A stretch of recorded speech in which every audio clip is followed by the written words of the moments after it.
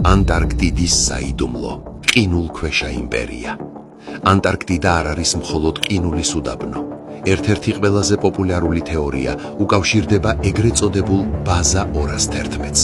ვრცელდება ინფორმაცია, რომ მეორე მსოფლიო ომის დროს ნაცისტურმა გერმანიამ დედოფალ მოდის მიწაზე საიდუმლო ბაზა ააშენა, სადაც ისინი უცხო პლანეტურ ტექნოლოგიებსა და ეგრეთ წოდებულ მფრინავ თეფშებს ცდიდნენ. ამბობენ, რომ 1947 წლის ექსპედიცია ჰაიჯამპ, რომელსაც ადმირალი რიჩარდ ბერდი ხელმძღვანელობდა, სწორედ ამ საიდუმლო ცივილიზაციასთან შეტაკებით დასრულდა. კიდევ უფრო მისტიკურია თეორია ეგრეთ წოდებული ყინულოვანი კედლის შესახებ.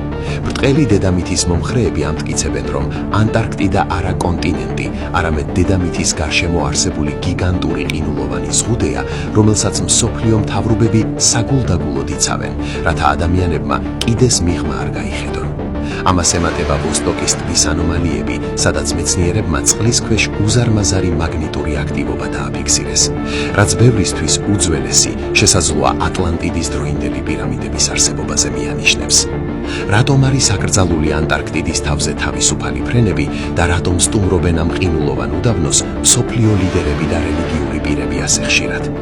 ოფიციალური მეცნიერება მხოლოდ კლიმატის ცვლილებებზე საუბრობს, თუმცა კონსპირაციოლოგებისთვის ეს ადგილი არის კარიბჭეს სხვა სამყაროში, სადაც კაცობრიობის ნამდვილი ისტორიაა დამარხული.